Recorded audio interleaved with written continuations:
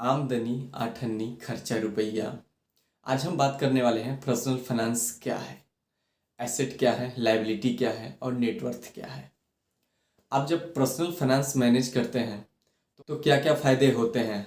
आसान भाषा में समझे तो पैसे का हिसाब किताब रखना ही पर्सनल फाइनेंस कहते हैं। पर्सनल खाता वही भी कह सकते हैं। पैसे कहाँ कितना खर्च किए, कहाँ आपको खर्चा नहीं करना चाहिए, पैसा सेव करना चाहते हैं तो पैसे कहाँ सेव कर रहे हैं, इस सेव को कहाँ इन्वेस्टमेंट कर रहे हैं, फ्यूचर गोल्स क्या है, उसके लिए कितना पैसा चाहिए होंगे, ये तमाम चीजें पर्सनल फाइनेंस के। अब पर्सनल फाइनेंस समझने से पहले एसेट, लायबिलिटी और नेटवर्थ क्या होता है, ये तमाम चीजों के बारे में हम समझेंगे। तो पहले हम एसेट समझते हैं। एसेट गुड एंड सर्विस होता है।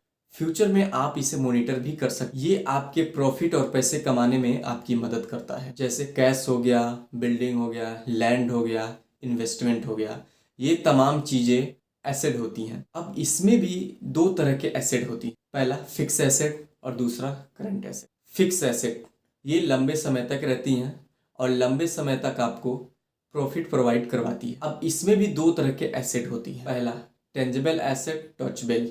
Intangible asset not touchable. पहला समझते हैं इनटेंजिबल एसेट टचेबल के बारे में। इसे आप छू सकते हैं और महसूस कर सकते, जैसे कि आपका कोई जमीन हो गया, लैंड हो गया, ज्वेलरी हो गया, cash, inventory, machinery, equipment, furniture, stock, bonds. दूसरा समझते हैं इंटेंजिबल एसेट नॉट टचेबल। इसे छू नहीं सकते। गुडविल हो गया, पेटेंट हो गया, ट्रेडमार्क, कॉपीराइट, बिजनेस नाम, लोगो, ब्रांड वैल्यू।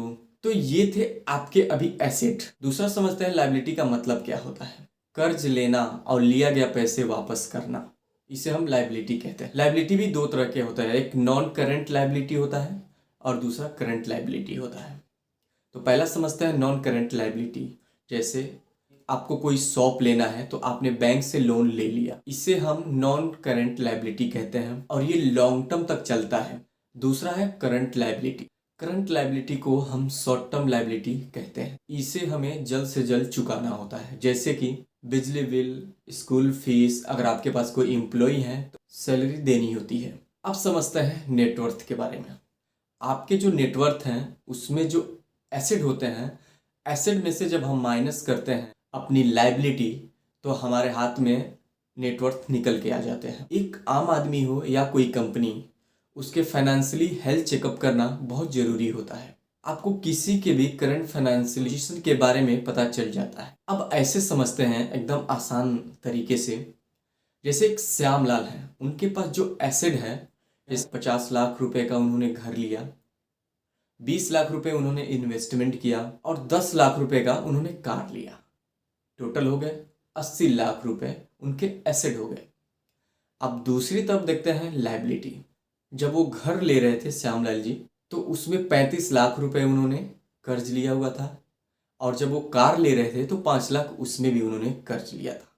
ये दोनों 40 लाख रुपए उनके लायबिलिटी हो गए।